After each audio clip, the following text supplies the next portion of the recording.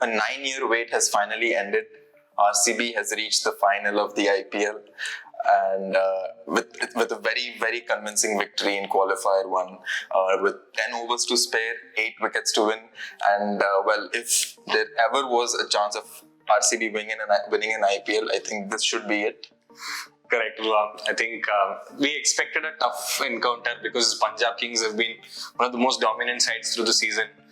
Their batting, bowling, overall they've had a very good team. Every player has almost stepped up and won a game for them. So it's very difficult against outfits like this. But today was just a massacre by RCB.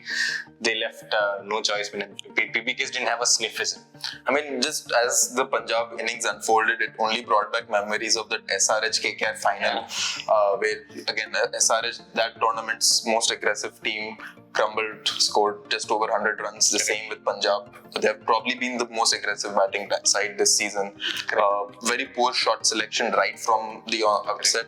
Now again, it's something that we wouldn't have had this conversation if those shots would have come off, but today it did. Again, they have been very dependent on Prabhsimran and Priyansh Arya to get those starts. And there have only been a couple of matches where both openers have failed and they've still managed to make a match out of it and eventually go on to win it. And I think it was the perfect conditions for RCB. I think Shreyas in the toss as well, he was saying he's unsure. Mullanpur has been a pitch where teams batting first have won 3 out of 3 matches in the night. So it was a confusing decision for him on what to do first. And there was enough movement in the air in the first 2-3 overs which helped the quality of Bhuvneshwar Kumar and Yash Dayal and Josh Hazlewood after that to price out those early wickets. And after that, obviously, you spoke about the poor shot selection. I guess Suyash Sharma's 3 wickets purely went down to that. Yeah, I think he got all the wickets through googlies. That's been something that a lot of leg spinners have excelled at, especially in the IPL. In both, I think, Shashank Singh and Mushir Khan both playing the sweep, and then I think Stoinis missed one and straight through the gate. Now coming to RCB's bowling, which was again a standout feature today. Josh Hazlewood he seems to be like he seems to have a magic wand this season, and he seems to be the winning formula for RCB. Like, even if you just look at the numbers, the 3 games where he hasn't played, RCB's bowling attack combined average is 47, and goes at 11 runs and over. And when he's there, the average goes down to 24, and it's just 8.5 and over. Correct. He's managed to brush off that niggle and come back at the right moment. I think last game also without Hazlewood they conceded 200, and with this attacking Punjab lineup, it is a question of if Hazlewood doesn't make it in time for this game, will it be another case of RCB conceding a little too much? But I think those things that stands out with Hazlewood is generally you associate players with a particular phase of the game.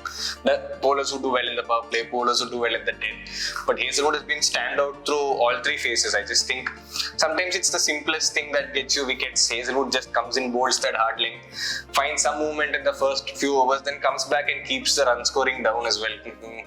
Been a bargain at around 10 crores for RCB this year. Yeah, they're not the best team at getting efficient buys, but I think they completely nailed it with Hazlewood. Thanks to KKR also, thanks to their 26 or 24 crore bid for Venkatesh Iyer, RCB managed to sneak both Phil Salt and Josh Hazlewood in, and both of them were the protagonists of Qualifier 1 today.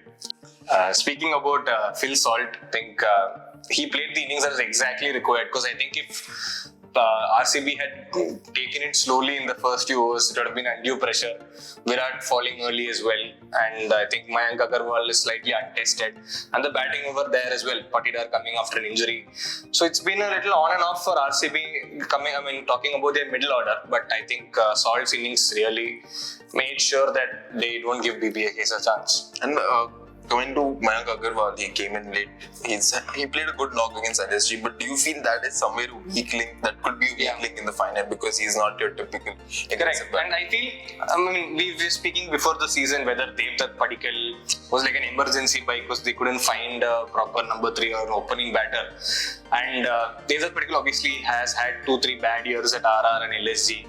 But he was making those contributions. He was trying to up the ante, coming in at 3. But once we saw Mayank Agarwal drop it in instead of Padikkal, it is just the difference in between 2 batters. Mayank opens the batting in all formats for his He did for India, he does even now for Karnataka. So him coming in at 3 in T20 cricket, probably his least prolific format.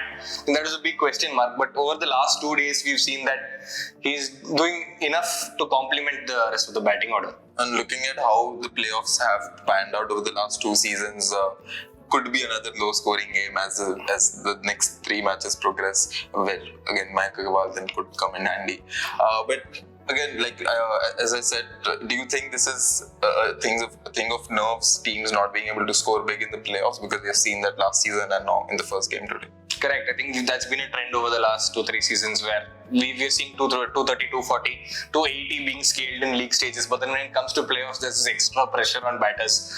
And it doesn't help that the tournament is being played in venues over like a 2-month duration. Now the IPL has become longer after the inclusion of the extra 2 teams in 2022.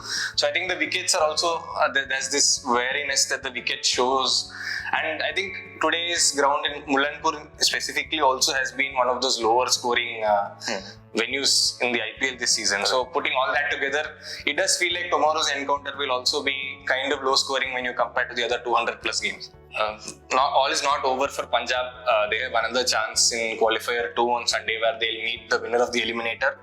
That happens on Friday. Gujarat taking on Mumbai Indians. Gujarat not really coming in at the best of form. 2 back-to-back defeats after probably dominating season. Both openers Shubman and Sai at the top of the orange cap standing. So it's been a season. Prasidh on top of the purple cap as well. So Gujarat dominated throughout the season. But one loss in the eliminator and they could see themselves coming back empty-handed with just a 4th place finish. They take on Mumbai Indians who had a hot and cold campaign. There have been some dominating wins. There have been some really poor losses. So then the do or die match eventually it'll boil down to who holds their nerves in that on the day. Stay tuned for all the news updates from the eliminator and the rest of the IPL playoffs. Thank you for tuning into Sportstar.